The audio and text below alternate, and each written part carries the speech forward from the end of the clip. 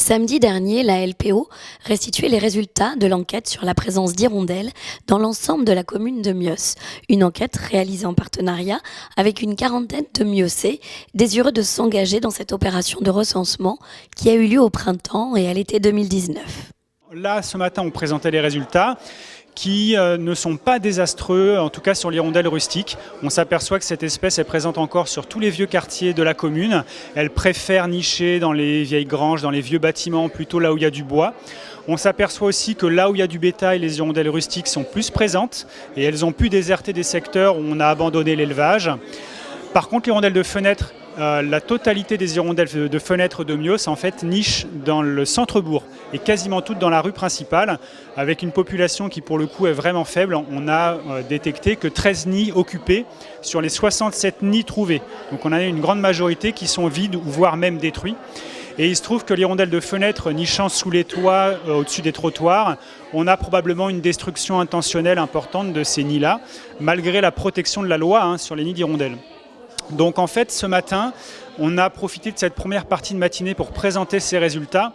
Mais plutôt que de terminer la matinée sur un ton un petit peu défaitiste en voyant que les hirondelles ne sont pas forcément en bonne santé, eh bien on passe à la deuxième partie où là, on a les participants qui sont en train de réfléchir collectivement aux actions à mener.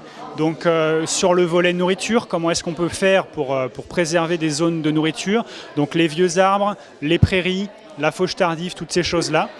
La pose de nichoirs pour ce qui concerne l'habitat. Est-ce que les gens individuellement peuvent mettre des nichoirs? Est-ce que la municipalité peut agir à ce niveau-là? Est-ce qu'on peut faire de la communication aussi auprès des habitants qui ont encore des nids pour les préserver? Et donc le volet sensibilisation est la troisième table ronde sur laquelle il y a ces réflexions. Donc on va voir, mais normalement ça devrait pouvoir donner lieu à un plan d'action pour pouvoir mettre en place des choses concrètes à partir du printemps 2020. Pour pérenniser les populations existantes, les renforcer et du coup voir augmenter la population d'hirondelles sur la commune de Mios. Moi si je suis présent, c'est parce que ma femme m'a convié à cette réunion. Bonjour, donc moi je suis là donc en tant que Miosaise. Donc voilà, j'avais participé à la première réunion d'information donc sur cette enquête, donc faite par la commune et par Mathieu Sagnier. Et suite à cette première réunion d'information, j'ai souhaité participer à cette enquête pour pouvoir un peu localiser les nids qui pouvaient être présents donc, dans mon quartier. Et donc suite à cette première enquête, je suis là donc pour la restitution et pour trouver des pistes d'action au niveau de la commune et des habitants pour essayer de préserver les hirondelles et continuer à ce qu'elles s'installent dans la commune. Je voudrais quand même dire quelque chose, c'est que je suis très heureux de participer à cette réunion. Quand j'ai lu ça dans les informations de Mios qui s'appelle Agenda de Mios, je crois. Et ça m'a emballé parce que les hirondelles, c'est toujours touchant comme oiseau.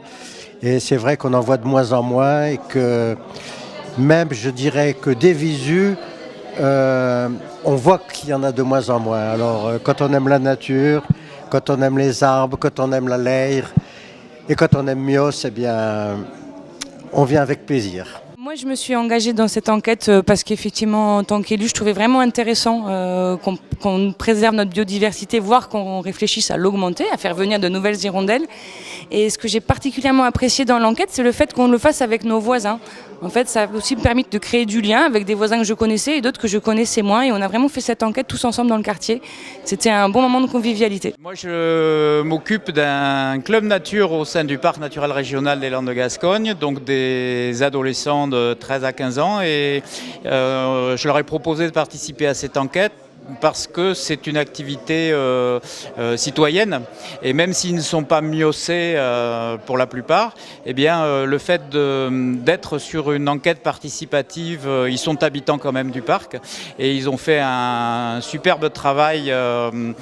Ça leur demande de la concentration, ça leur demande d'apprendre des techniques, des protocoles et c'est extrêmement constructif pour eux et le résultat est plutôt intéressant.